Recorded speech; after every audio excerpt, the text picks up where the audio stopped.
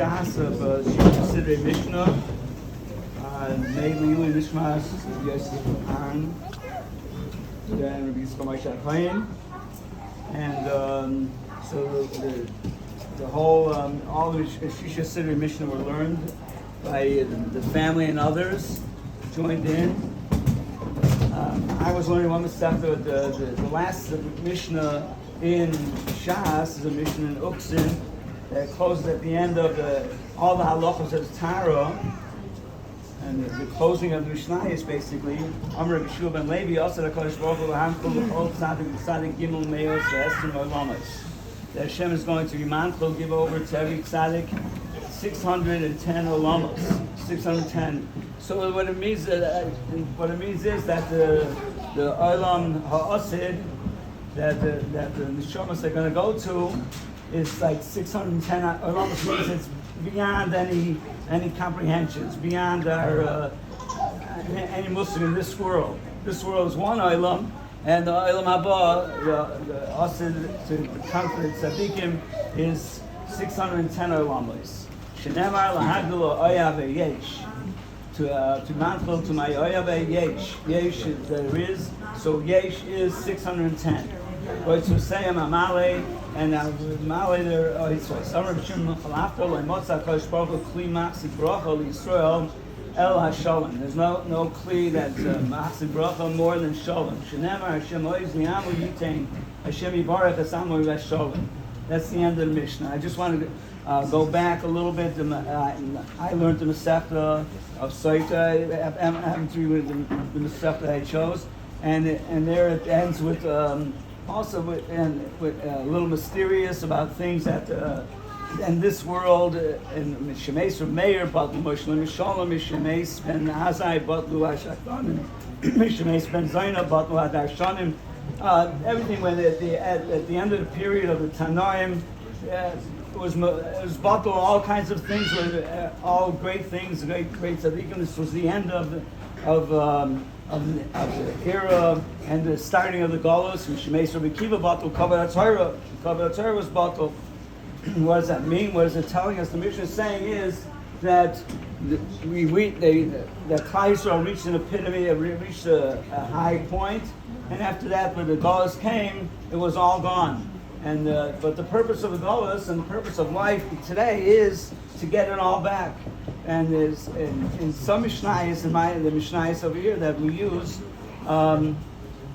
it concludes the whole Mishnah, the Masechta of Saitis, concluded with the Brisa of Rav Pinchas ben Yair, which is very appropriate. Rav Pinchas ben Yair, Aimer, the famous Brisa, which is found in the Gemara and Avodah Zarah, but it was brought down over here in the Mishnayos as a conclusion of Masechta Saita, that the world that Rav Pinchas ben Yair said, it's missing over here. The first line is not here in this brisa, but it says Torah mevil l'day zrizos. Torah brings the zrizos. Zrizos mevil l'day nikiyos. Nikiyos mevil l'day tahara, but tahara mevil l'day precious. Things are missing here from what it says in the Gemara. Okay, because in the Gemara it says zrizos as the heroes and zrizos. Very, very appropriate for the occasion we're at, that we found by Yossi. We found Torah was Meviel in days years. Torah brought him to everything. Everything he got was when he started learning Torah. He developed his midos and he developed himself, and he became great. And that's we find these midos, the heroes, reasons Meviel, the Nikiyos Meviel, the Tahara.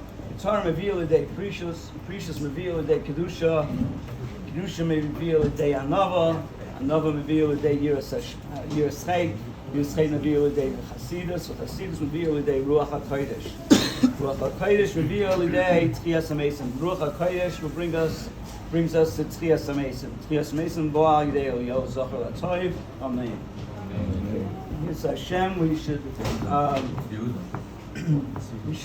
just a few words before I go on finish this siyum, is that we've heard over last month, and we saw over last year many great things, great midos, great levels of and steiging and growing and growth. Torah, learning Torah, Yiras Shamayim, and we're going to hear more. And every time you hear a story, we have to take it inside and use it. I like to, I like to read biographies all the time at Gedolim. Maybe something will sink in. That's the idea. More every time you hear, you got to take it to heart.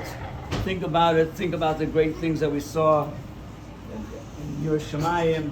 Every time we open a siddur to daven, remember how Rabbi Yossi davened. We learn how to daven. Learn how to learn. Be immersed in Torah. What it means. So maybe someday we'll all get to it. Well, little by little, take it on and start and work on it. How to make a bracha. How to work on ben adam makom ben adam chaver also. How to be say upon the yafas to everybody. All those great milos and great things that we saw by Rabbi Yosef. We see a little bit. Everybody has them. Everybody has them to a certain degree. They have a little bit more. Some people have more than others, but everybody has abilities to grow. They have Shloshim. They have things that they haven't in the what we have in our DNA as a yid.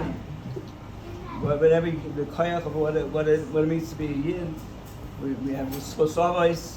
Schosavos doesn't mean only the schusim. It means we have in us, in our shirashim, we have from the avos. We have the midos of the avos. We have the midos of all our avos. The avos of Rabbi Yaakov and our avos, our zaydis and our badas, all the way back.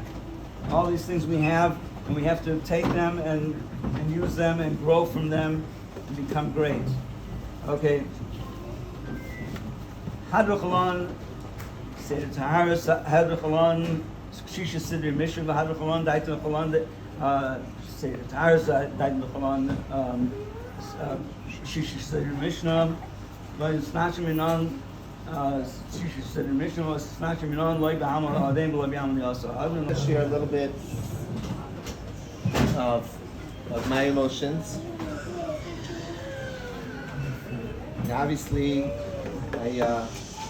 I miss Yossi a lot. And over the last few weeks, there was also a feeling of after reading through the articles, hearing the Spedim, being by Shiva, a sense of guilt that I missed out, of not spending enough time. Always enjoyed, Yossi, the family came over for Pesach to Denver, spent Pesach with us. I always felt his presence, and it uplifted. It changed our family. We always thought that when Dina first got engaged, so that the three boys are going to uplift Yossi, part of the family, and Yossi really was uplifted us. Whenever he was by the Suda,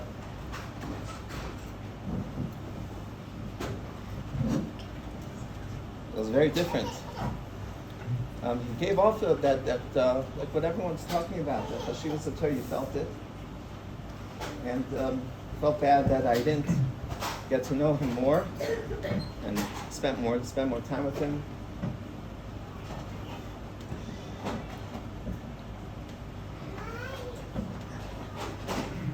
And we can't let him go.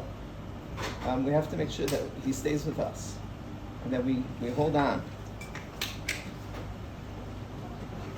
We hold on to his presence and that we feel it, and that Meroimim continues to uplift us.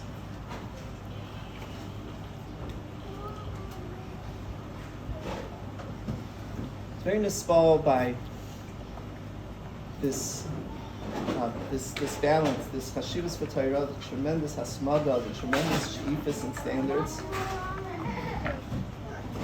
right, which was a tremendous mechayev for me, for all of us, seeing his focus is Ervanias Amelus. And at the same time, his love for his children, his love for us, bringing out his best in his Talmidim, the covet that he showed for other people.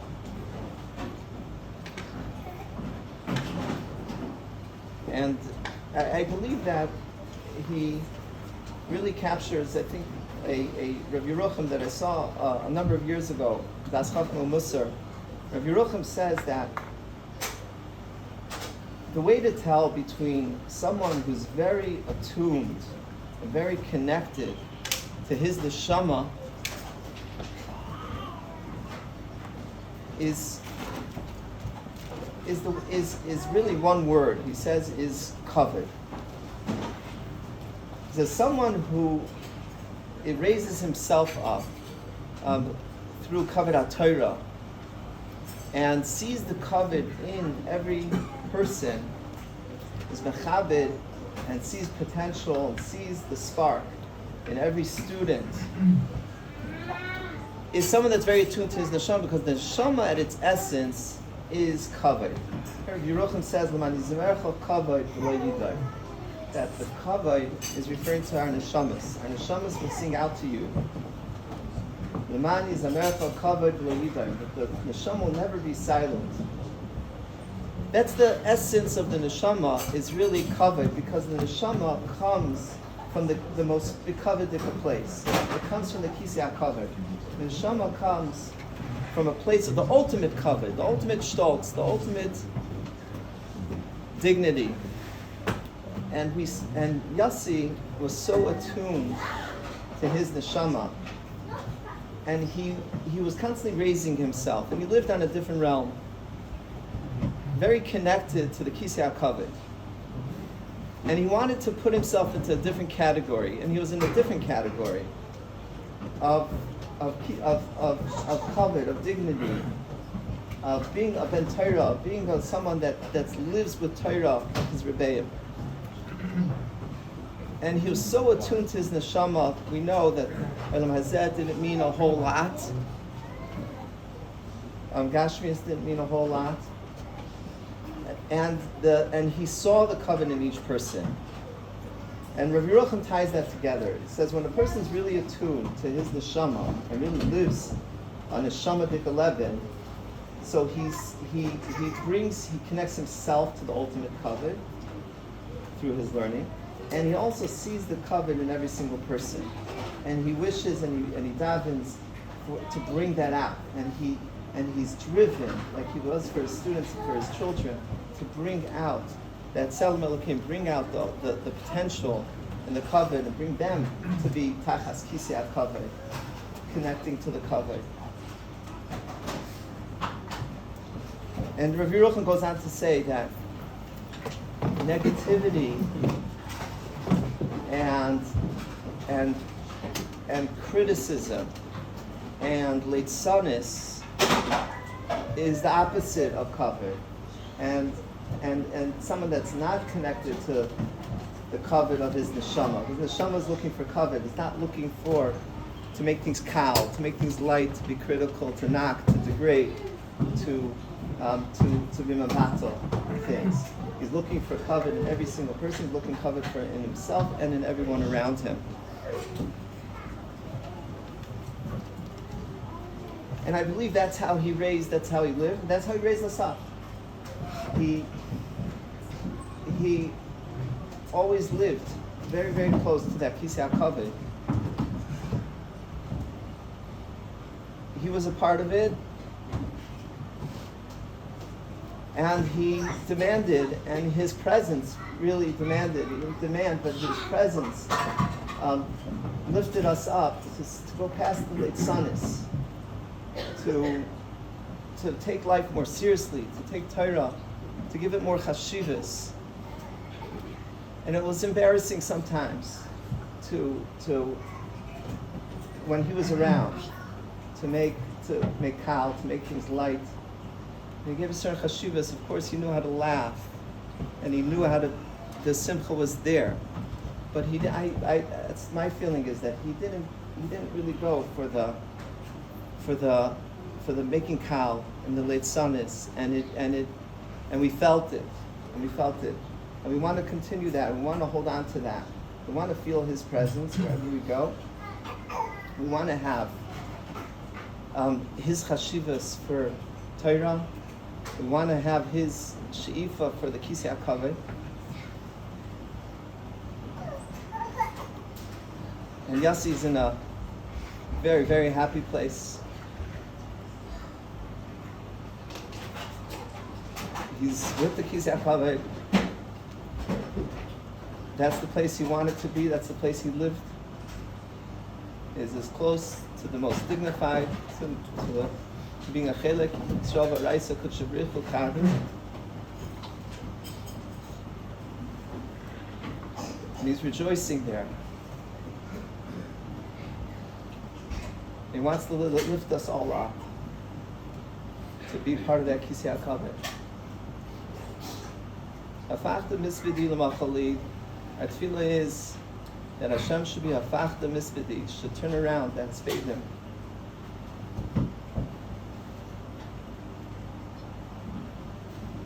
To turn it into simcha l'machali, that should be a simcha dancing like we had here over Shabbos. Hafachta misvidi, Hashem was mapecha, turns that spade him into simcha l'machali, pitach the saki, to remove the sackcloth in the morning. Tazreini simcha, begird me with simcha. To give the mishpacha, to give Dina, to give the children a tremendous simcha. L'mani zamercha kavod, in order that our neshamas could sing out to you. Hashem Elokai, Hashem la'olam adevka. We will always. We wait today that Tchias HaMesim, for Yom Mashiach, that we can always be mesameach, and our kavod, our neshamas could sing out to Hashem Elokai, la'olam adevka, we should be zeicha to the Gula Mehir V'Meinu. Amen.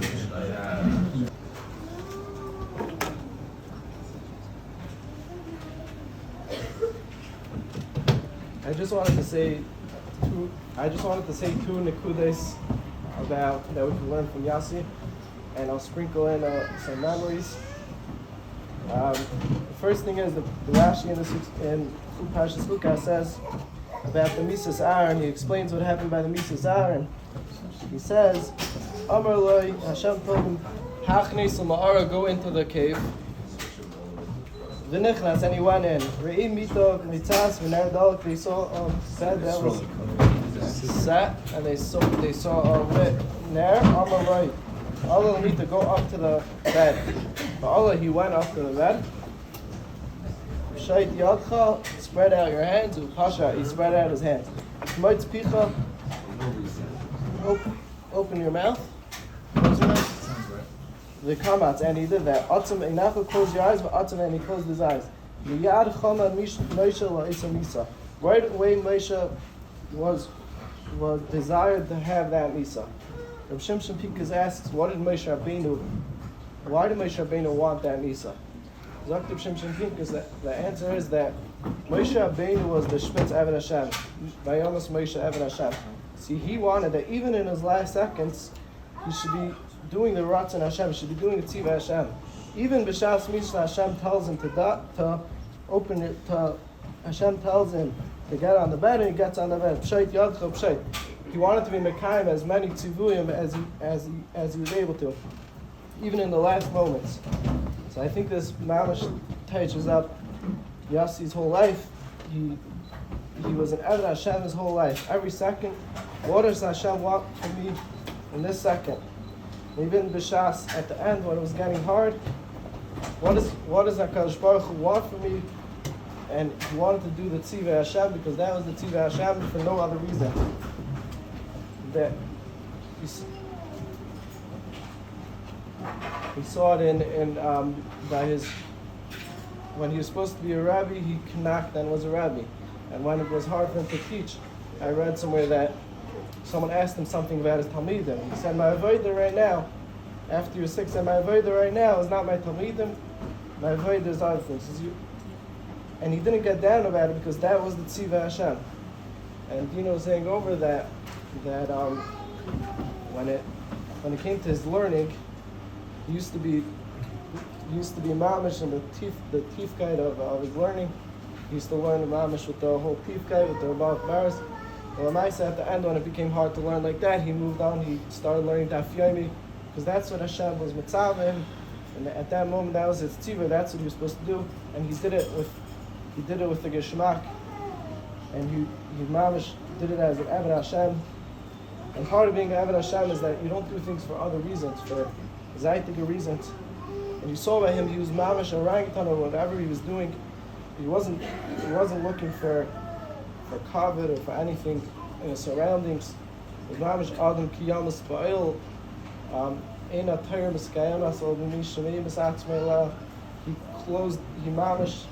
He plugged in learning, he plugged himself in, he took himself out of the surroundings. The whole world didn't exist when he was learning. When he was benching, you saw he's in it, his hat was down, he's in the bencher, there's nothing else going on. When he was davening, his talis was way over his head. He was in Shemay Nasser, he didn't notice anything. That's why when he benched Birchas HaTorah, didn't matter. He benched really slow, and people would laugh a little. Didn't make a difference because that he was doing what Hashem wanted him to do. He's doing the Tzivah Hashem, and you saw it in his diktik, the mitzvahs. He would camp out by the Daled Minim centers for days before Sukkot, because that was the Tzivah Hashem. He wanted to do Mikayim, the mitzvah of Daled Minim b'shleimus. I remember once by the sukkah over here, there was no tree within like 50 feet, and he was sitting underneath like the edges trying to see. Called over Hirschfeld down. Everyone's telling him, "Well, you can't see." That was his Yir Shamayim. He wanted to be Mekayim the mitzvah kipshute, the way Hashem told him to do. And he saw this by his being Adam Chaveret, that he had to be that he felt he had to be mechazik people at the end. He couldn't talk so well. So he used to always talk when he saw someone. He would always greet them with the geshmak and shmooze with them. He always had his private jokes. Like with me, he had like his jokes about Philly, about Rabbi Yossi Shir that he gives over about Yashir. But even at the end when he couldn't talk, but we all noticed that he put on an extra smile. His smile took on a new level because he couldn't talk and he still had to be mechazik. So he mamish put on an extra smile for everyone. His davening Yom Rayim was basically one Shemay Nasser to the next, and Kippur was straight from one Shemay Nasser to the next. Some people like get a geshmak, and in Kippur they get to sing along with the piyutim. It's geshmak for them, but Yossi wasn't about geshmak. It was about Pasha doing the Ratzon Hashem, and the Ratzon Hashem was the daven. His tzivah was the daven Shemay Nasser straight, without realizing anything around him. With his diktik, the mitzvahs, is not shaykh. Another nekuda is that the Svarim say that the day of the Yartzai, the day of the Misa, is you could learn about a person from the Yom that he was niftar. Yossi was niftar and Yudal Tzivan, which is also Reb Chaim Volozhin's Yartzai. So I think the pshat is Reb Chaim Volozhin was the first person to open a yeshiva. It used to be that everyone just went in their city with their father or their parent or the rav over there. Right, so Reb Chaim Volozhin shtal back. Everyone comes to yeshiva and he shtal back. All the yeshivas today are from Reb Chaim Volozhin. So I think it's very appropriate that Yossi was niftar and Reb Chaim Volozhin was yartzeit because Reb Chaim Volozhin, Yossi was the shvitz ben yeshiva. His whole life he was a ben yeshiva. Even in his 40s, he was sitting and learning. He was a ban yeshiva. He was mamish sitting. He was mamish learned in yeshivas. Levi was in a yeshiva because he was an emes of ban yeshiva. He was Reb Chaim Volozhin had in mind when Reb Chaim Volozhin opened the yeshiva. He had in mind that 200 years later there would be a yid Yossi Modes who would be a ban yeshiva, a spitz ban yeshiva that everyone looked at him and saw the product of what it means to learn in the yeshiva. You saw it by his dancing on some Torah, mamish like a yeshiva bacher. He would dance. I don't think he drank anything, but he was just knocking like a bacher with that Simchas Torah. He used to knock, especially when it was a niggin about Simchas Torah or about Avos Torah. He would knock away, and he was a real role model. I think it was 8th grade is a perfect shot for him. He was preparing bachrim for yeshivas. They got to see what a ben yeshiva is like before they went to yeshiva. They got to understand what am I striving for when I go to yeshiva. I'm striving to become like Yossi, like Rabbi Modes. The Talmidim saw it, and you see the Talmidim always talked about how they he didn't discipline. You just watched him, and you wanted to be like him. You wanted to get a geschmack, the same geschmack that he got. You wanted to get that. So that's how he was mashpia on his Talmidim. And personally, he was mashpia on me a lot. I remember always he was mamish my role model. As going to yeshiva, I wanted to become like him. I remember davening that I should be like Yossi. Hashem should make me a ben Torah like Yossi. I was able to hear a shir one time in camp, in the camp over there. The camp was completely, there's no such thing. It's unheard of as a director of a camp to be amul b'Torah like he was. And I once went to his shir. It was like a Moed Sugi, it was Rosh Hashanah. Most people, it's hard to give like a whole lumdish shir out of such a thing. We took the sugya of Ink, Tiger, Nasus, and Nager with which type of shofar he's supposed to use. He turned it into a whole var, the whole tifa var, a whole lumdis. That was him, and everyone. It was contagious. You wanted to mamish. You wanted to become like him. You wanted to get that geschmack. And just his regular sicha school and things he said were always with the geschmack of the lumdis, with like a ben yeshiva. But one time by a Pesach Seder, one of the kids there typed up. The kids come with all the questions about the karpas, like what different zaken. So one of the kids typed up, Tafti, what's a Seder? So he turned around. He's like, Rabbi Meir always said that you should lamdin frags on a klal. If lamdin doesn't frag on prat, it's the gazach. She's a lamdin. She fragged, what's the Seder? What's going on here? That was the geschmack.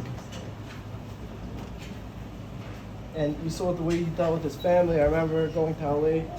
He would give his kids crazy rides over their head, flip them up in the air, back and forth, making up these funny songs with these goofy words. Every kid he had a different song for every kid. Bouncing them on his knee. It was just a geschmack yid, and I think he taught his Talmidim, he taught the whole family, and we all want to be like him. And Hashem Hashem Aliyah, Yhi Zecher Baruch.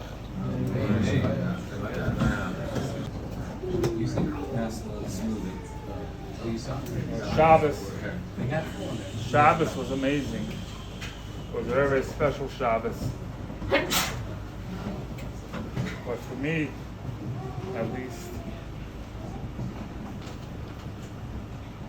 I guess in a certain way, even though he was sick in the hospital, I haven't really been here since the P'tira.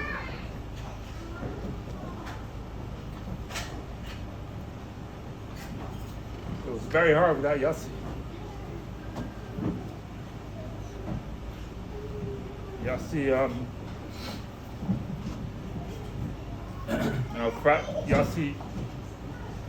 Yossi in a certain way beat his own drummer. Sort of expected to walk in late to the Suda Friday night. On Shabbos morning, I davened in Teretz Tefillah. Besides Tati, when I was davening there, and I sort of expected Yossi to be there. He's going to go where the davening is the slowest. We can get the best davening. It doesn't make a difference.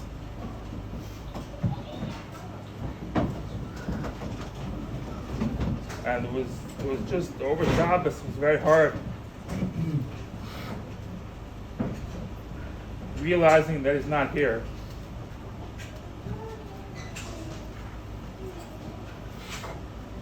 The truth is that, the more we got to know him, we saw what a gadol he was, but at the same time, he's an inspiration because, there are some people who are born with Dailam. Yossi was always steiging. We're able to see the growth in front of our own eyes. And,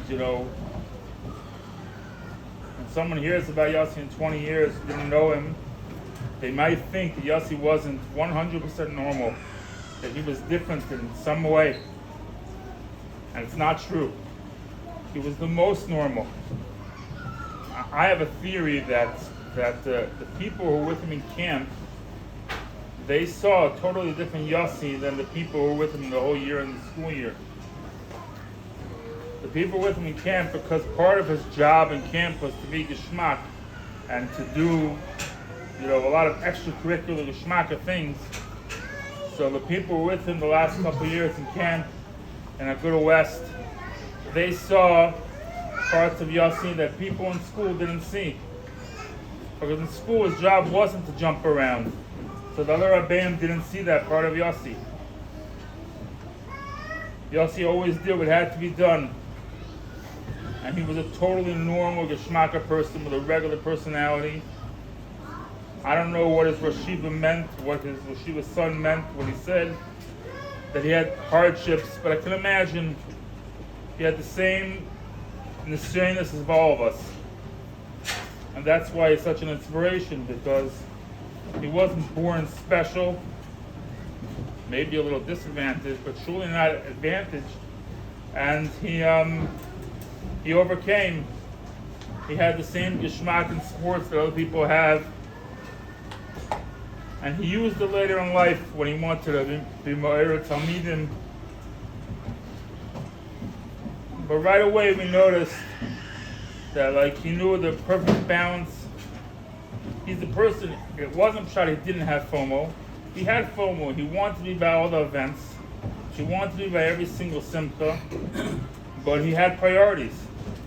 And he knew he had to give up on certain things in order to get other things. And I think that's where the underlying lesson that we take from Yossi's life. First of all, that we can also steig, and we can go little by little. There's no such thing as I'm at a certain point I can't do it. I'm married with 8 kids, I can't steig. There's no such thing. There's no time in life that we can't steig. We can always keep steiging no matter where we are in life. Many times as you get older, it feels like you're past the time. And Yossi showed us that no one's past the time. And the other part is that we have to give. In order, if you want to get something, you have to give something. And Yossi was always willing to give up. It wasn't a child that he didn't enjoy other times. He enjoyed it immensely. It was clear. He had great simcha. But even though he enjoyed it immensely, he was able to overcome and give up the things he wanted. And not be there by the geschmacka events, and not sit around and schmooze when he would have liked to, because he knew that time is precious and he has what to accomplish. We should all be able to continue to learn from him. Yehi Zichron Baruch.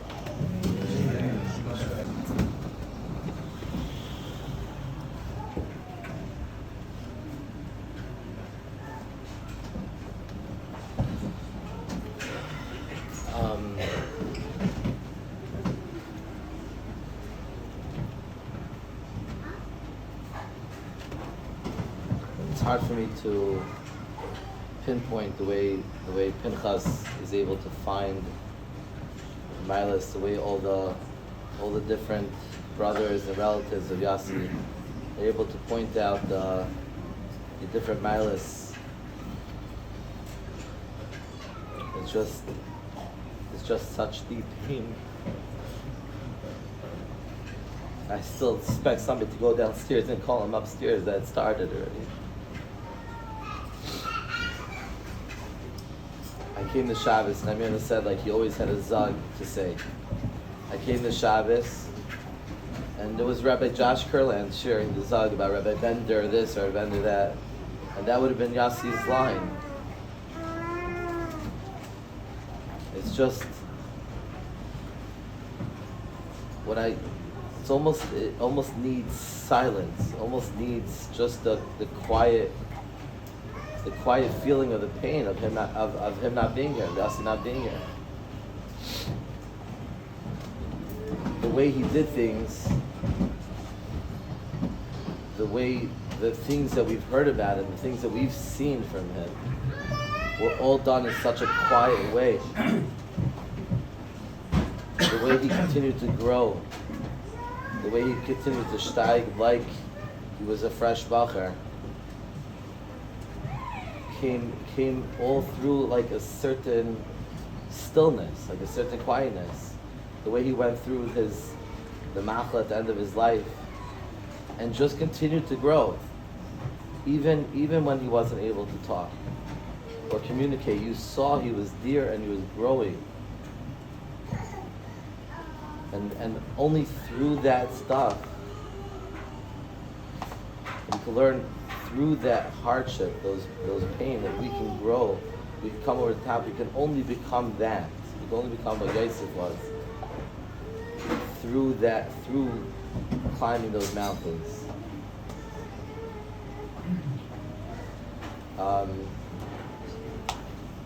My daughter Esther told me like she remembers about him just all his dad jokes and how Ray just made believe she wasn't smiling or laughing. But Esther, then coming home right before Shabbos with bags upon bags of snacks and stuff like that, she always wished she had a father like that. That's fun to hear. But it's true. It's true, he was fun. We miss him very much. What do we say then? Yehi Zichar Baruch. First of all, we miss Yossi very much, very badly. Just the good times that we had. Malki and I still remember fondly the time we spent in LA, where it was just pure fun, pure geschmack, the times we spent there.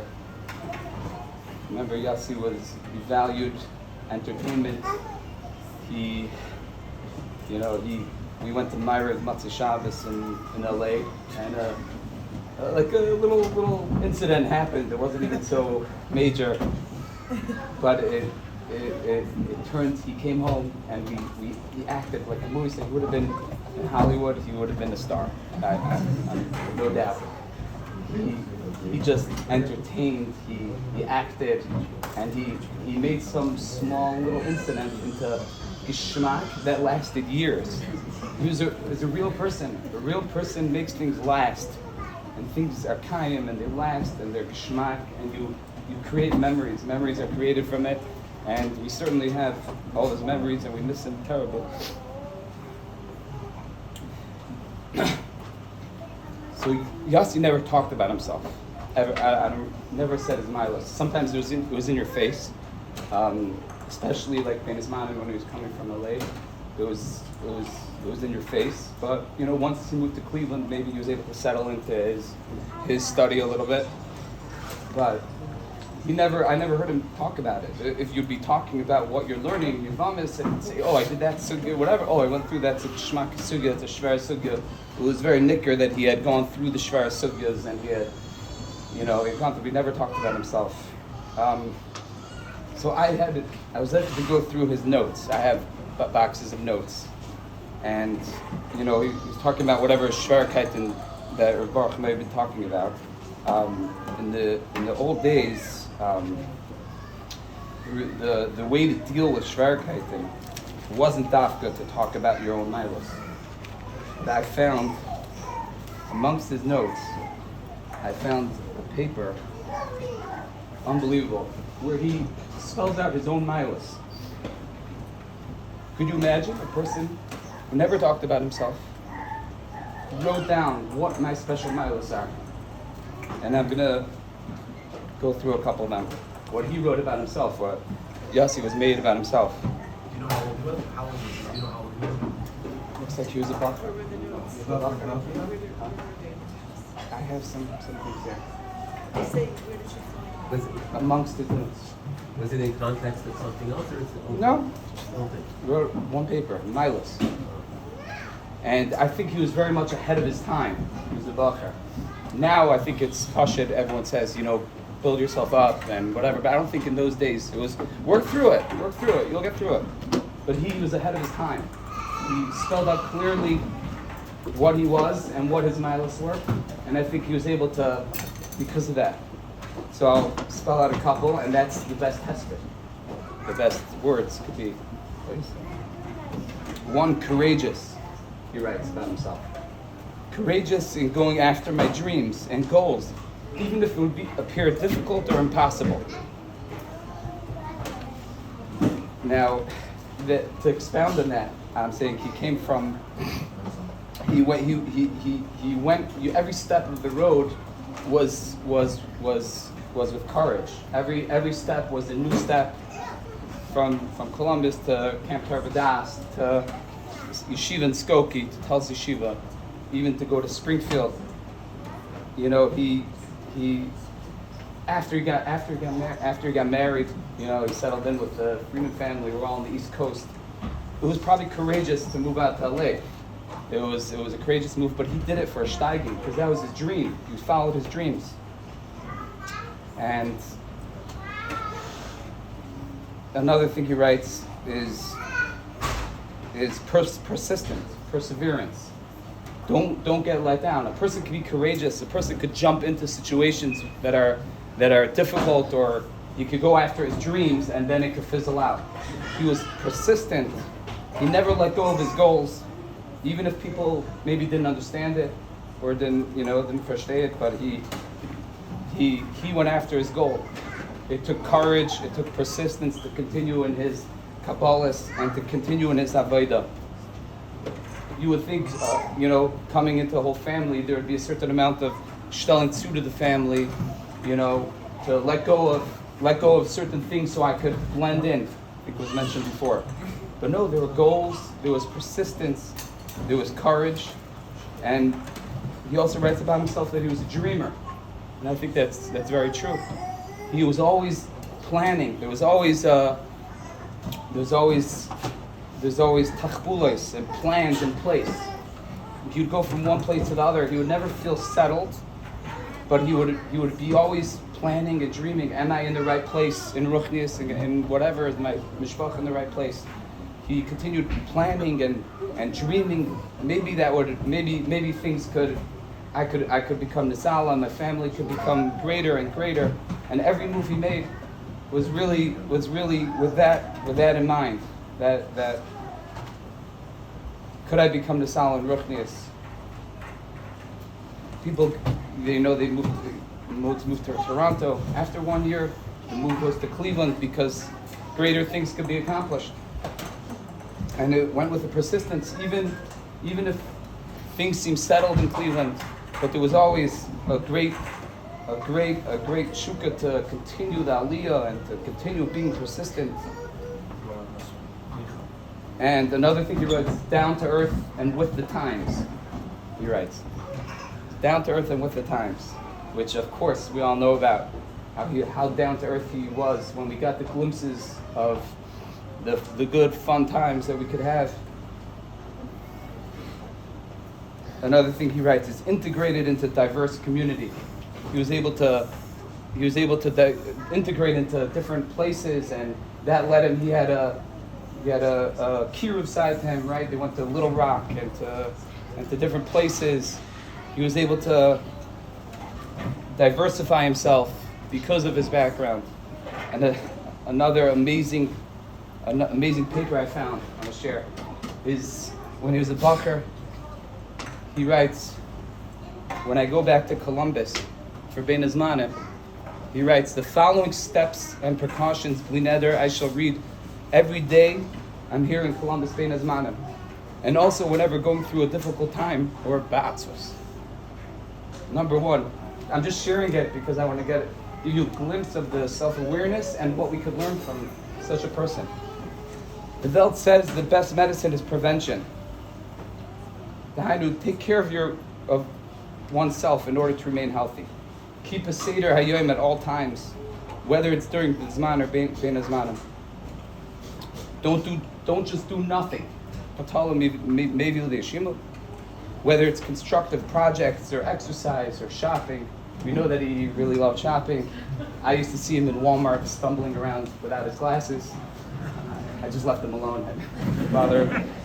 But even that, I just want to point out, is he gave up. Shopping was a good constructive outlet for him, and even that he gave away for the Eibishter. He could have taken off your glasses, could probably take away from that experience, and he did it. L'man Hashem. Another way to constructively use your time and keep a seder is limud Torah. Have set limudim, short-term goals, long-term goals. To ensure that this is done before every Zman or Bein Hazmanim, write down your long-term and short-term goals and schedule out what you want to accomplish. Eat well and exercise, and try to sleep enough. Don't keep to yourself and become isolated. The frat during Bein Hazmanim, make a special hishtadlus to socialize with Balbatim in Columbus and to talk to friends every day. So to keep a Seder Hayom. 2, if something is bothering me, Reish Rishon, acknowledge and be true and honest to your feelings, which he apparently was, very honest with himself, and very true to his feelings. Don't hold things in. It's a mitzvah to get it off your chest. Unbelievable. And then he says, ask yourself the following 2 questions. Is this something I could do? Is there something I could do about it? There's an issue crops up. Is there something I could do about it? If yes, what? What for the short term and what for the long term? If it appears such chachma, every word, it's unbelievable. If it appears at the time that I can't do anything to better the situation, what can I do to help myself accept it and cope with it? This is what he writes when he was merely a bacher. And the self-awareness was incredible. The discipline that he had was incredible, and the courageousness, like we talked about, the courage that he had was incredible. The persistence to keep on going with all the courage was incredible, and the dreaming was incredible, and it's something that I would love if I will keep these lessons in mind, and hopefully all of us could continue to keep these lessons in mind, and this is what we will always remember. These are his parting words to us, and we'll Mirz Hashem try to keep it as much as we could. Yehei Zecher Baruch. Yeah. I guess I'm just going to speak from my heart. I think I want to express from Tati and I want to express how Tati and I feel. First of all, I want to express our feelings of how proud we are of our children. It's unbelievable. This year, the coming, the going, the flying, the coming in many, many times, multiple times, the shifts at the hospital, the walks to the clinic, staying over Yontif in the hospital, the children, the grandchildren, the married grandchildren, just everybody, all connected. Some of the grandsons took nights, the single ones, the married ones. It's just so overwhelming, the love and the care that this family has had. And I always thought, like, this is normal. And so many people in Cleveland said to me over the year, like, it's incredible, your family is incredible. And I said, like, no one should be challenged, but I'm sure that every family would do that. And I realized it's not true. It's not true. It's really very unusual that how everybody just came together, just all that love coming and all the caring and all just being together all the time and coming in and the wives cooking and sending their husbands. Sometimes they came alone, sometimes they came with their families, but never leaving us alone. Never leaving us alone. We always had family. And we don't know how to say thank you for that. And that's one thing. And then I cannot express how proud I am of the Modes family.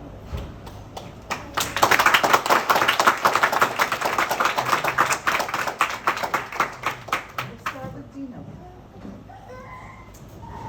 Dina made her only thought this year were two things. Her husband, Yossi, your father, and the children. That was all she thought about. That was her whole, everything she did, everything she thought about was what's best for Yossi, what's best for the children. And that was her two thoughts. And she went with it. She was grounded. She tried to make the home as normal, things ran as normal as possible. And she couldn't be home as much, and I'll get to that, the way the kids were. I can't talk about that to all of you. But it was just incredible. All you thought about was Yossi. First of all, I was thinking, once he got past the radiation, and he was feeling much better, it was like Shana Rishona all over again. You were every day, you took long walks together. He was home with the kids. He was so happy. You made him so happy. I saw him every day here with the kids. He loved it. He loved it. He took advantage of it. He just was really, really happy. So happy. And it was really due to you and the kids. It was just unbelievable. And then when things, Pesach time, when things got bad, you became his voice. He couldn't talk anymore, and you made decisions. It was like Hashem was right near you. It was like Siyata Tishma. You were just making decisions. I remember that Pesach, the first day, second day of Pesach. Should he go into the hospital? Should he not? You told me afterwards. You said to me, "Mom, I had to call that ambulance, and he had to go because I know that's what Yossi would have wanted me to do." Everything you based was on him. What would he want now? You were his voice. And then at the end, when we had an aide who was great, but at the end, the last 2 months, you were like, no, we can't have a guy. We have to have somebody from family member or from person with him. And seriously, I was like, I don't know how this is going to happen. Like 24 hours a day, night and day, how are we going to do this? But you were like, this is what we need to do. This is what we need to do. And we made it happen, and you made it happen. And everything you did was, even with the kids, like one night it came in, usually you were always, your mother wasn't around a lot. That was because she was always with your father. She was always with him. And when she wasn't, one evening I came here and I said, "Oh, you're home already?" She said, "The kids just need to see me when they go to school sometime, come home from school, and they want to have friends over. They don't always want to be the ones to be going to someone else." You were always, it was either you were home because the kids needed you, and if you weren't in the hospital, there was someone else there, but it worked, and you made it work. You made it work. It was just really, really unbelievable. And decisions that you made, even with the kids, like what to tell them, what not to tell them. Like, I was even questioning, maybe you should tell them more, and you were like, I know my kids, and I want them to be happy. They don't have to know everything, and the time will come, they'll know, they know, like, and you went with your instincts and with your feelings, and look, kind of her, look, all your decisions were so incredibly on target with them. It was incredible. I don't want to take too much time, but I just want to go through the kids a little bit. Avrami, I just want you to know, Avrami, I am just we are so proud of you. I was so nervous. I was like, okay, all the uncles have to be here during Shiva because Avrami is sitting here, and Eli Baruch Hashem is having a good time, and he was great by the shiva because he didn't bother. I was saying he didn't bother anyone. He was just like roaming around and so happy and good, and he somehow knew. But Avrami, you like rose to the occasion. You matured. You were like, I can't, like, you be that bachor, and everyone, all the girls, every time you came home this year, everyone was so excited, like your mother, your sisters, everybody was so excited to see you. You sort of like just moved into that Rosh HaMishpacha type of thing, so I wanted to say that it was incredible. You really handled yourself so well during the entire Shiva, which was such a feat, such a feat. Dasi is incredible. Dasi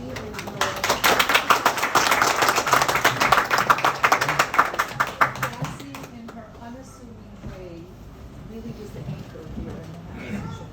She was always here after school. She was like, move where everybody was. Okay, you're here, I'll drive you here. Ellie, you want to go to University Heights, your friend, I'm going to take you here. You were like totally the glue here. You were the anchor. You were like incredible. You were really like that solid, and you could see the kids always want to be with you. Like, oh, where's Dasi? So I want to say that about Dasi. You kept the house clean. And besides everything else, all of that, putting the kids to bed, laying with them, because a lot of them have to be laid with, two of them, two youngest. You have to lay with them, they don't just go to sleep. Dasi and Esther Malka also, the baby, the kids, the cleanups, the house was incredible. Okay, Esther Malka.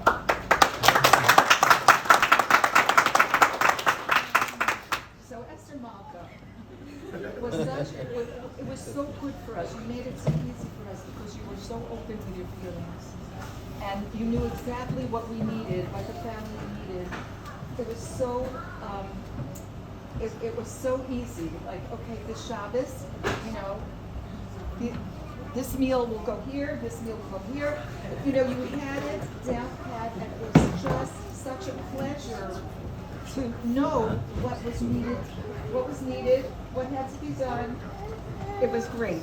Thank you, Esther Malka. Don't estimate this girl. She's quiet, but she has such a strong will and a lot of strength. Deep thinker, always thinking. And she is amazing with the little ones, the way she talks to them. You should see her. She sleeps with Ray in the attic. And I don't know how many, with Ricky in the attic. And I don't know how many of you know, in the middle of the night, Ricky wakes up and she crawls into her bed and sleeps with Ray. And I love the way Ray talks. She doesn't talk down to them. They love her. She's just so, she talks, the way she talks to the kids, it's unbelievable. Okay, Ray. Miriam, where's Miriam? Miriam's delicious, and she's a little mommy already. And I don't know how many times I came into this house and she was cleaning the house in 2 minutes flat and washing floors with the tail and the mop. She was just incredible. Also, on top of the whole situation, another Dasi.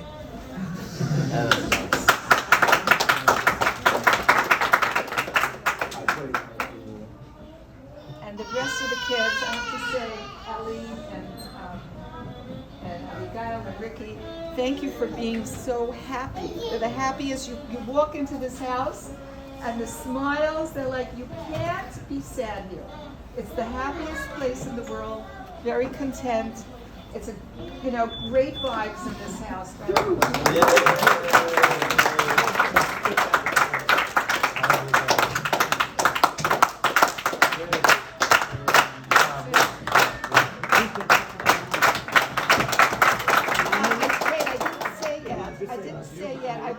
The family's here.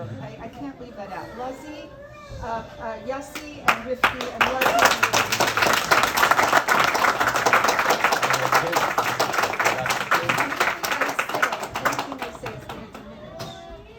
but And the glue It's that brings just- it all together. it's just incredible.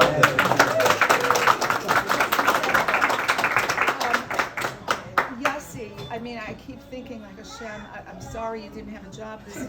Like, you were, you're taking him to, it was like Hashem was setting up the whole stage. Like you're taking him all the time.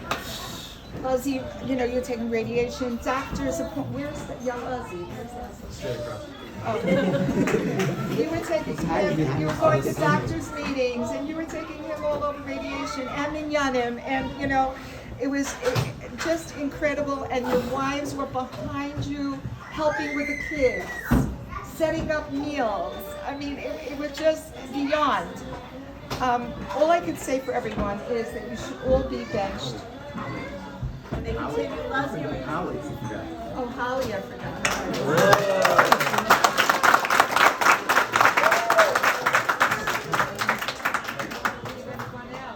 Holly is an official member of the family.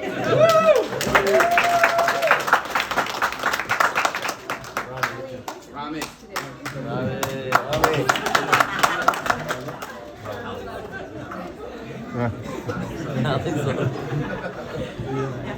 Thank you, Tina's friends. I have to say that I told you already that Tina said to me, she has a lot of friends. She had 3 friends that she said without them she couldn't have gotten through this. The support that she got from all of you. And she said a lot of it had to do with that you all went through your own personal.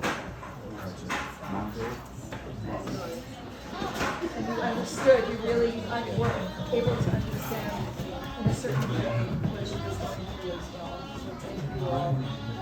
Thank you everyone. And you should all, we want to give you a bracha that you should have only nachas from all your children in Yirtzeh Hashem. Rami for giving out knowledge. And Rabbi, thank you. Thank you. And all the fixings around the house. From your children, gesund, good health, everybody. And we should only come together and share.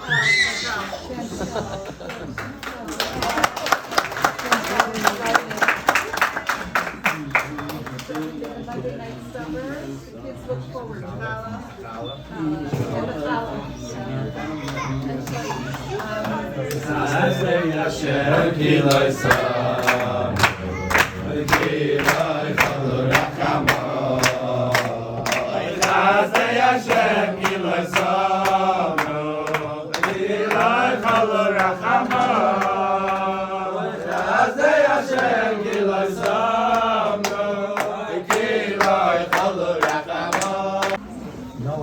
I feel like we need a few minutes just to soak in Mommy's speech. Really, everything that she said and everything that we were able to accomplish and Dina was able to accomplish and the children, it's been said over Shabbos and over last month that it's really all from you and Kathy. It's really, we take after you. And you've showed us how to do it. You've been with all of us and throughout, everyone, 11 children. You've been with us, you've been by our sides, and you've shown us the way and how to do such things. So it's she went through it. Yeah, and you're able to relate also to what the family was going through, what Dina was going through. And you're able to put some of that personal difficulty aside and put it to work. And you're able to identify how you're able to help. What I was trying to say before was that to the kids, that whatever your mother decided to tell you or not tell you at the time, like she did it out of love. So, Hashem was there with her and she made the best decisions she could make. Your mother, Dina, has a lot of siyata d'shmaya. Hashem is directing her every step of the way. Yossi wasn't a person who threw out advice. He didn't share his feelings and his opinions too often. When he did, and I remember one incident that or instance that he did. He shared me his opinion on something, and it was very impactful. It was very meaningful. After my failed attempt at going into chinuch in Derech HaTorah, so I put a lot of time into it, and I gave it a good shot.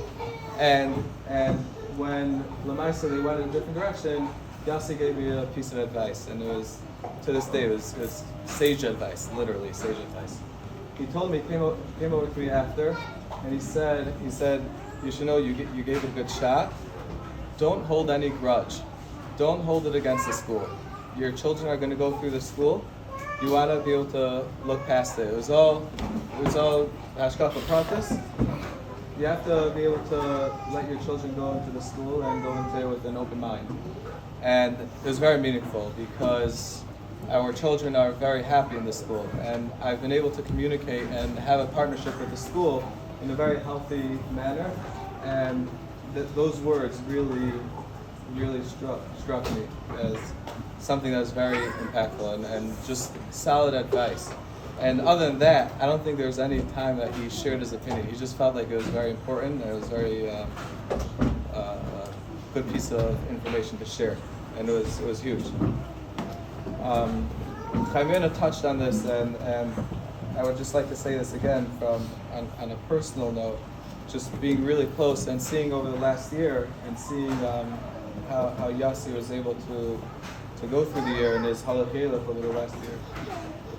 Right at the beginning when he was diagnosed, I remember Dina sharing with me that she told Yossi, and maybe many of you have heard this conversation, but Dina told him that in your 45 years, you accomplished in learning much more than many people accomplished in their entire lives, older people accomplished in their entire lives. And we don't know what Hashem's reasons are and what Hashem wants from people, but it's apparent, or it seems perhaps, that Hashem is kind of guiding into a different direction, or wants something else in that Avodas Hashem, or more like the magnifying a different aspect. And she said he accepted it. He accepted it, and to me, that's probably one of the most incredible things. Until this past year, I wasn't able to spend so much intimate time with Yossi, but I feel like because of the time I spent with him over the last year, I got to know him as what he was his entire life. To be able to go through a fundamental change and to be able to stop on a dime and change directions in one's Avodas Hashem, to me it seems like an impossible feat. Where he was so clear-minded in what he had been doing for 45 years, and then be able to go through that fundamental shift and be able to transition into someone whose Avodas Hashem is a little bit different or differently nuanced than what he had been accustomed to and trained for so long. It's just a pella tzuma. I don't think it's a pashtazach. It's something that's l'mayla min teva. And over the last year, we saw so much l'mayla min teva. It wasn't teva. It wasn't earthly. It was godless. It was mamish from a different level. When I was switched yeshivas after 12th grade, going to first year, it was a difficult transition for me going to a different yeshiva, different styles. My first off Shabbos, I came to Lakewood, to Yossi and Dina, and over Shabbos we spent time talking about different things that I was adjusting, different pieces of adjustments that I was challenged with. And one of the things was a little narish. Throughout Shabbos, Yossi just made the tzon aside the whole thing. The thing that something was bothering me that was a little narish. He took that little piece of information and he just made litzon. It's like he took it to the next level, just to show me that don't get bogged down by these little things. Sometimes you're analyzing things too deep. You're taking things a little deeper than they should be. It's fine. It's a litzon. It's move on, move past it. That's basically what he was telling me, and he did it in a very, very relatable way, and that was incredible. He had tremendous care for others, obviously. When we were in Germany, he was very schwach. The trip had some effects on him, and already before that he was schwaching up. And we had an early morning appointment in the clinic, and we were planning what to do following the appointment. And we were about 2 hours or 3 hours away from the Swiss Alps. And it was mentioned to him that the Swiss Alps were 3 hours away. And he said, let's go, we're going. Like, it's Meshuggah to go.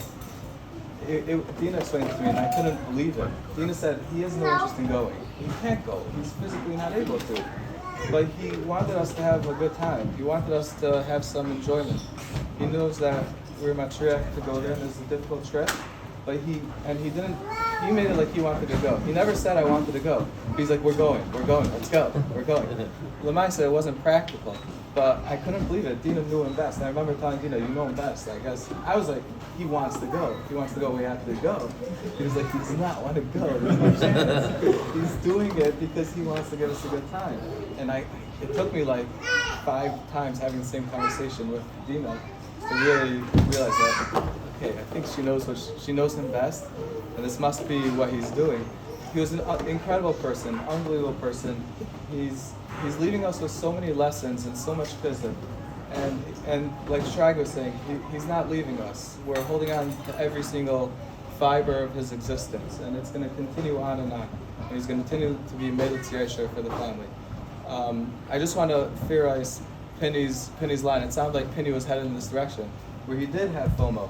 And when we were at events and at Simphus, and I thought Penny was going to say, I'll just finish it for him. His FOMO for learning trumped any other FOMO. B'mach Hashem dinu me'al kol panim.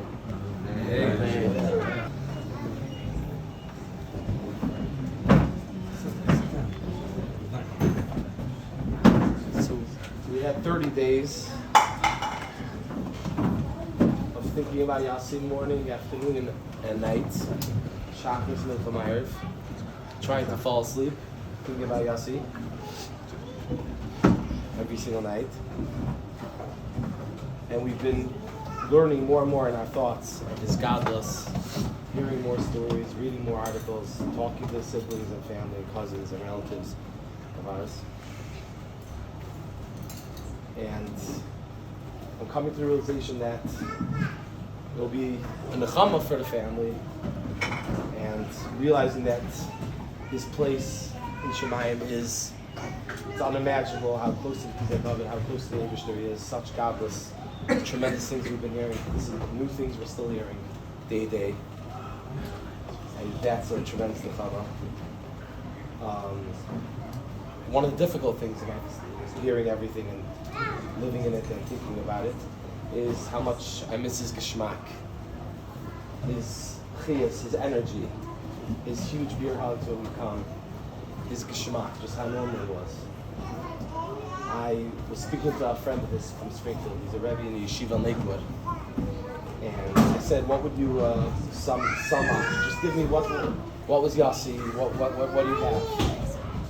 Tell me things, tell me stories. He said, Yossi's story was his consistency in his learning and hasmada, but at the same, and growing in Yir Shemayim in his avodah, but at the same time being so normal and so geschmack. And everyone younger and older always looked up to him. That was Yossi's story. He summed it up right there, is that you had someone who was living in such lofty spaces, but also so down to earth, so with us, with his family, with his friends. Yossi loved going to Dave & Buster's with the kids, and he loved going to Chuck E. Cheese, and he loved shopping. We just heard, he just went to the shelf and just went like this. He loved shopping, he just loved grabbing everything. He loved singing on the trips, singing in the car. I know Rabbi didn't like it, but the girls liked it. He just sang and sang. He learned some at the time, but they sang tons in the car. To be on such a level and godless in Torah and his avodah, but also to be so with us, so normal, so geschmack.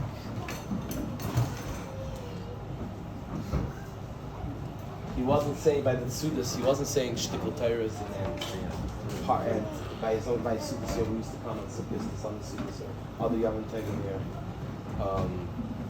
He was finding very geschmack shilas in Aleinu Shabeach, and cute things to say on the parsha that would stimulate the rest of the family. Rabbi Silverstein was one of his favorites. He had shmak shilas, funny things that would happen that out there. It stimulated and it was normal. It was a way to say over the Dvar Torah, but also that everyone could relate to it, that everyone could enjoy it. A little talk. We haven't heard so much about his camp. So we had Camp Ariam, his West Coast camp. So why did he make this camp? Why did he make a camp? So first of all, Mordechai, Yossi really said it himself in his notes. He was courageous and he persevered, persistent. He had perseverance. And that's very courageous what he did out in California. He didn't know how they would cook food. There was no oven. But he was making a camp without an oven. There was no oven there. He's going to bring we had this chef, Danny, showed up with a dog. Bachram and a dog. He showed up to camp and he's going to stay in a bunkhouse with a dog. This Danny was a 5-star chef, or at least Yossi said he was a 5-star chef. From Vegas, we'll talk about his Kayach Adibur soon. But from Vegas, the guy was from Vegas, and he was in the Condo Nast featured chef. So we come up to the first lunch and we have peanut butter mixed with macaroni, a specialty. And the Bachram were about to throw up, but that's what happened there. But we had the 5-star chef there. Then we had challah. He never knew what challah was, so he makes challah the first job. Had tomatoes, cucumbers in there. But he thrived. So why did he make the camp? Why did he make this camp? He was courageous. He persevered. But he had one goal: to be Marvet's Torah. He, like we heard, it's unheard of. Chaim Yonah said a director, to be a director of a camp, and Magid Shir is unheard of because it's not possible to direct the shir. It's not possible to direct the camp and give the shir and be busy learning all your Kabbalahs, the other things that he has to do every day. But like Rabbi Shmaltz said, and Chaim Yonah quoted Einat Torah from this past week's parsha, Einat Torah Torah only live if someone kills himself already. He said Yossi was dead. When he had to learn, he was dead. No one knew where he was in camp. You couldn't find him. If something was going wrong, Yossi was parked somewhere learning, gone, because he was learning. And there was nothing else at that moment more important. He had to get his learning in. He had to prepare his shir.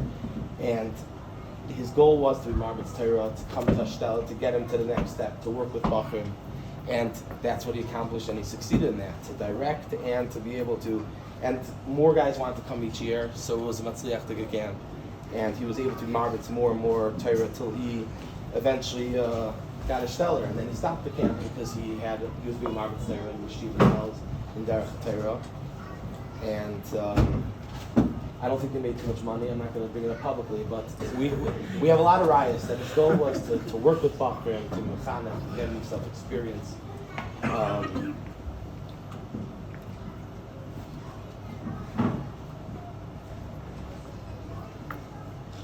We had in camp we had a lot of crises. It was about 110 degrees, humid 110 degrees in Badger, California every single day. But no sports fields. But Yossi found a public school 10 minutes away. He was always able to pull it off. And that's where we get to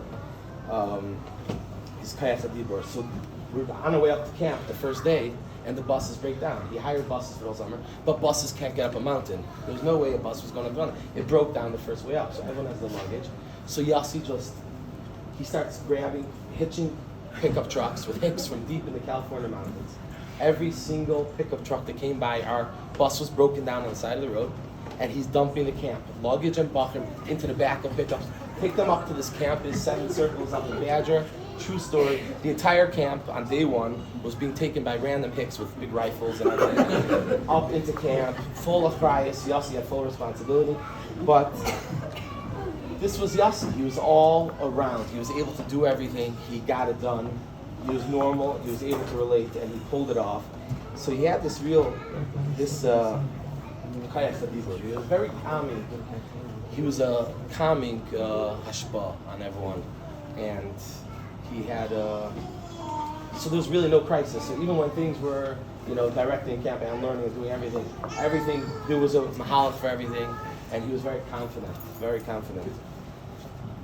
calm and just cool and collected, very, very relaxed, and he pulled it off.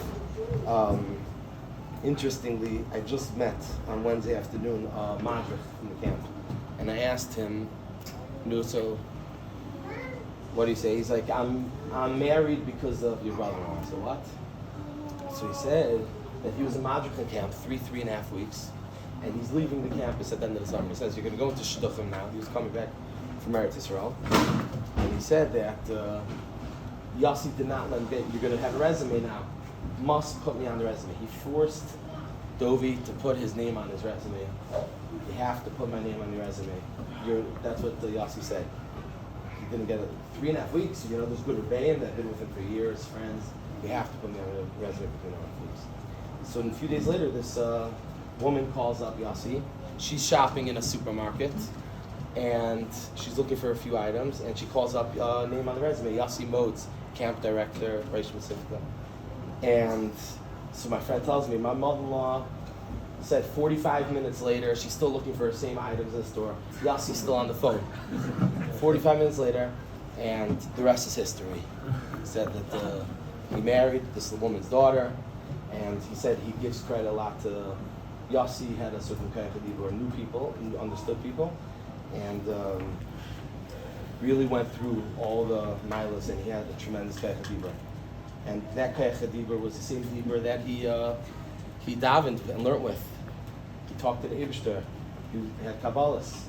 He worked on his Avodas Hashem and Yerushalayim. So, all in all, this Kayach Dibur, this calming, this Kayach of Ashpa, Mitzvah Hashem, Yossi should use it, continue to use that tremendous Kayach Dibur by the Eibishter to the Meilitz Yesher, of course, for Dina and all the cute children, and we see already all the mazel and bracha that he's piling ice for us, for the entire mishpacha, and for Gans Klal Yisrael. Bilam Avis and that's somebody like Yossi, I feel like with his greatness, everyone has their own. I've heard different people's their different spin on it, but I think the way I've been thinking about it, and I think Rabbi Margaret was saying this, that he represented such godliness, was his constant aliyah. I think Yossi was someone that every day, every time you see him, it was like he took upon something else in his Avodas Hashem.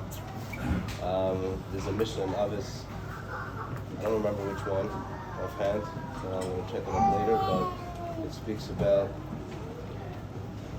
if you're not on a constant incline, if you're not on an incline in your Aveda, in your Avodas Hashem, in your Ruchnius, then you're in fact on a decline. The question is, why isn't there a level of, staying the same?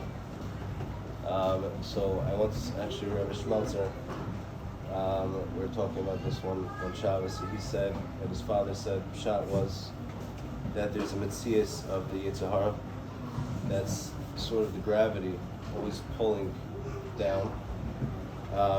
And the way to avoid being pulled down, constantly being tugged down, is you always have to have your foot on the gas of roughness, pushing to become better.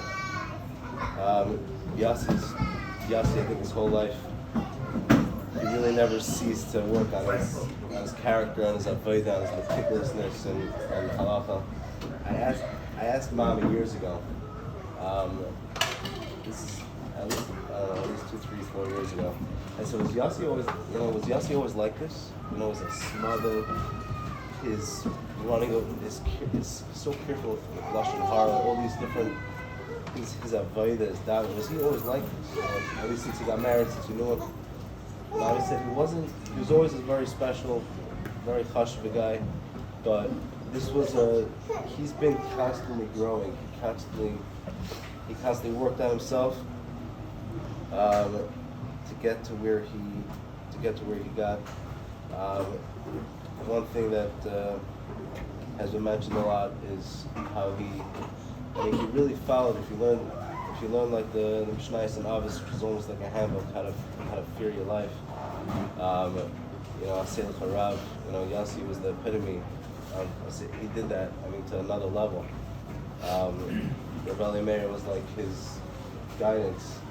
It happens to be, I was just thinking this is something that Rabbi Meir was very into, to always be growing. Rabbi Meir used to say during his shmuz every Azman, he used to always say, one of my biggest fears is that I'm the same person. I'm making cheshbainis during Azman. One of my biggest fears is that I'm the same person that I was last year. It's a scary thing, that I didn't really grow. That's like something I'm always thinking about, making sure I'm not going to be the same person. And I think Yossi, each thing, it wasn't the whole the Talmidim of Rabbi Meir. There was people that talked like him. He was Geshmak Rabbi Meir. People act like him, talk like him. But Yossi was the real deal. He giyas atayra. Every single thing. He was so orangutan. Tzal started talking about camp. I think that's where we saw so much from him. The way he was the director of the camp.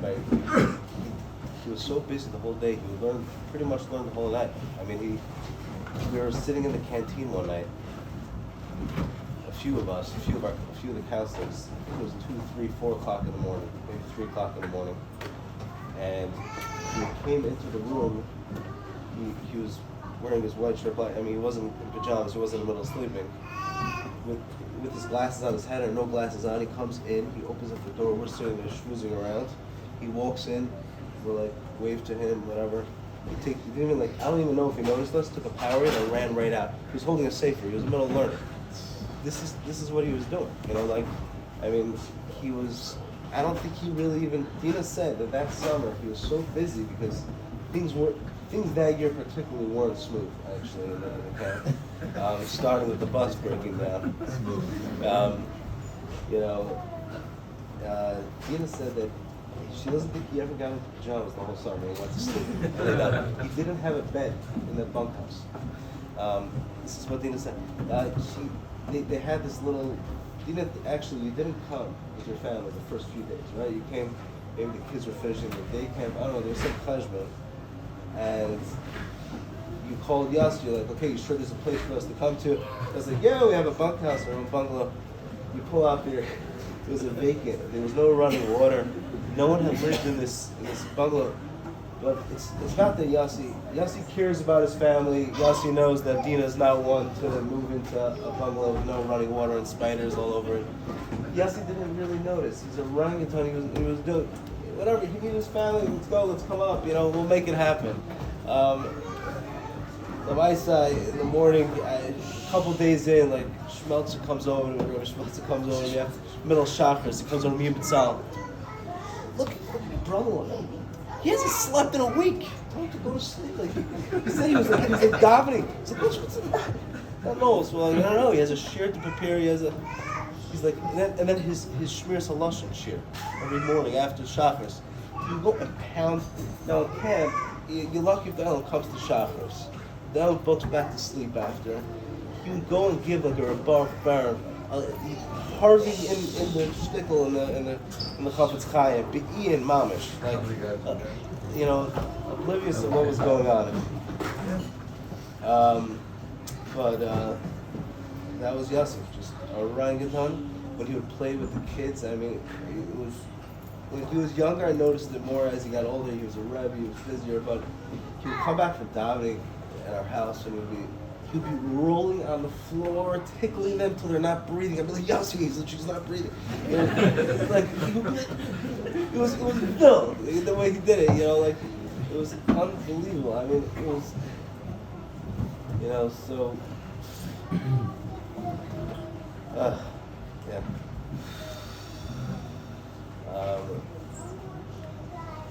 Fine. Everything that everyone's saying about Yossi is a shvach in you also, because you are a partner. A wife's a partner with her husband, and all this aveda, and all these unbelievable things, the way he lived his life, you're a shutaf, and literally in godliness. Yossi had a goal to keep. He really had a goal to keep his stuff quiet. He really kept things low key.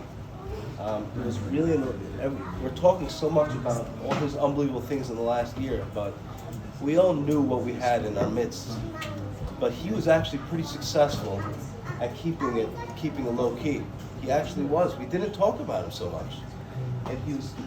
I mean, but he was taka unbelievable, but he was pretty successful at this. Taka kept it pretty low key. The last year, I mean, this is what Hashem wanted, was that he was around for a year where he couldn't hide it anymore. There was no way. We were all hanging around and paying attention to him. So it was impossible for him to hide it at that point. We're all, Dina, Avrami, all the kids, but we're always going to be here for you. Dina is one that is always, no matter what anyone's going through in our family, Dina's all in. When I was in 9th grade in yeshiva, I was telling this to Dina recently, I came out every single night. I was homesick, I was crying myself to sleep.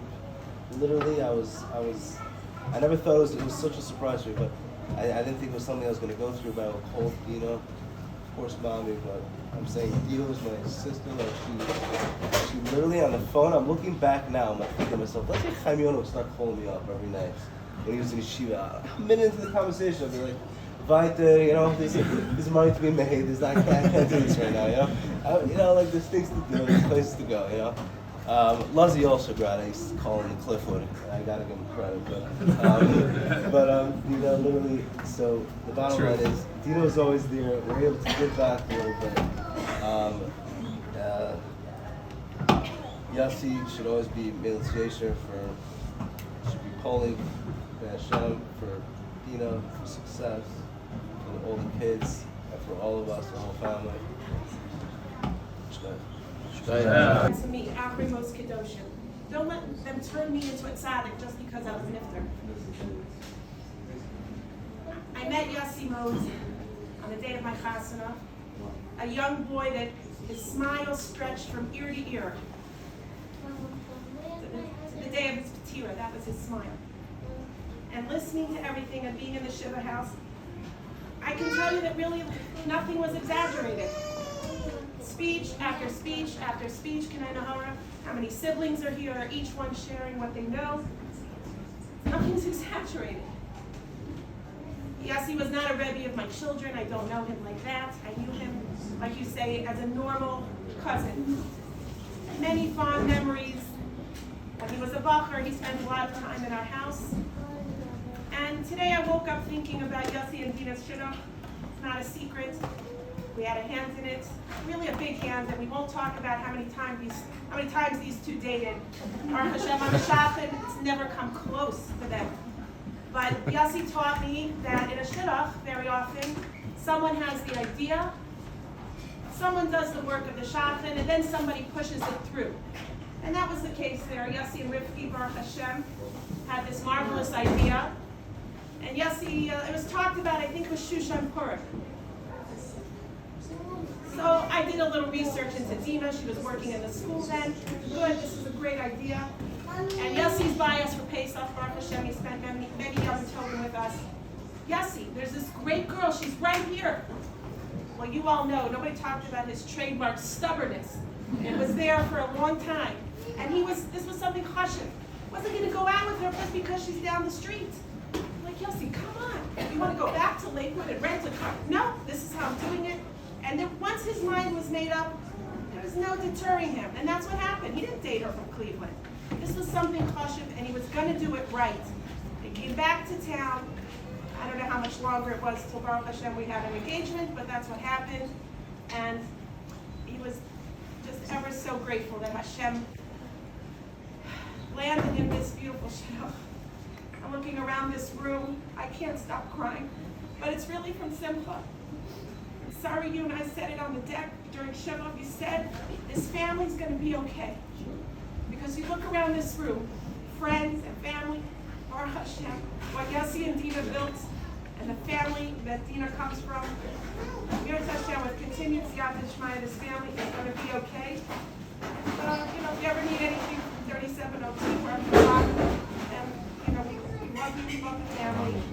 And just come back here for